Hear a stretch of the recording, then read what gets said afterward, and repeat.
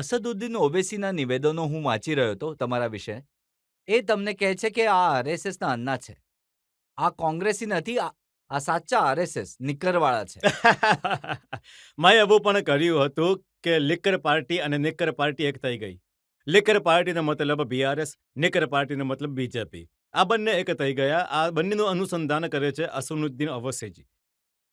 કેમ કે હંમેશા તે બેલેન્સ, ચેકડ એન્ડ બેલેન્સીસ અને બેલેન્સ કરવામાં અસદુદ્દીન સતત કોશિશ કરે છે. તો મેં જરૂર ક્યારે છુપાવ્યું નથી. મેં વિદ્યાર્થી પરિષદમાં કામ કર્યું હતું. I was very active in વિદ્યાર્થી પરિષદ પોલિટિક્સ.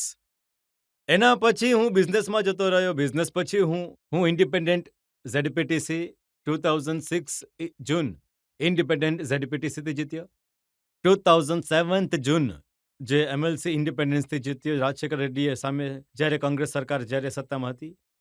મારા પરિવારના ઘણા લોકો મિનિસ્ટર પણ બની ગયા હતા. બધાને વિરુદ્ધ હું ચૂંટણી લડીને એમએલસી બન્યો. 2009 જૂન હું પહેલી વાર એમએલએ બન્યો. 2014 જૂન હું બીજી વાર એમએલએ બન્યો. 2019 જૂન હું એમપી બની ગયો. હિન્દુસ્તાનની સૌથી મોટી કોન્સ્ટિટ્યુન્સીથી અમિત શાહજી, નરેન્દ્ર મોદીજી બે કોન્સ્ટિટ્યુન્સી ભેગી કરી તો પણ મારી કોન્સ્ટિટ્યુન્સી જેટલી મોટી નથી. 35 લાખ વોટર્સ છે મારા મલકાજગીરીમાં. હિન્દુસ્તાનમાં સૌથી મોટી, દુનિયામાં, હિન્દુસ્તાનમાં નહીં દુનિયામાં સૌથી મોટી કોન્સ્ટિટ્યુન્સી હું રિપ્રેઝન્ટ કરી છે. તો દરેક જગ્યા પર મેં કોઈ છુપાવીને કામ નથી કર્યું. મેં સીધું બોલી દીધું. જે દિવસે મને કોંગ્રેસ પાર્ટીમાં જોઈન થવા માટે રાહુલજીએ બોલાવ્યો હતો, એ જ દિવસે રાહુલજીને બતાવ્યું મારું બેકગ્રાઉન્ડ વિદ્યાર્થી પરિષદનું છે. I was very active in that politics.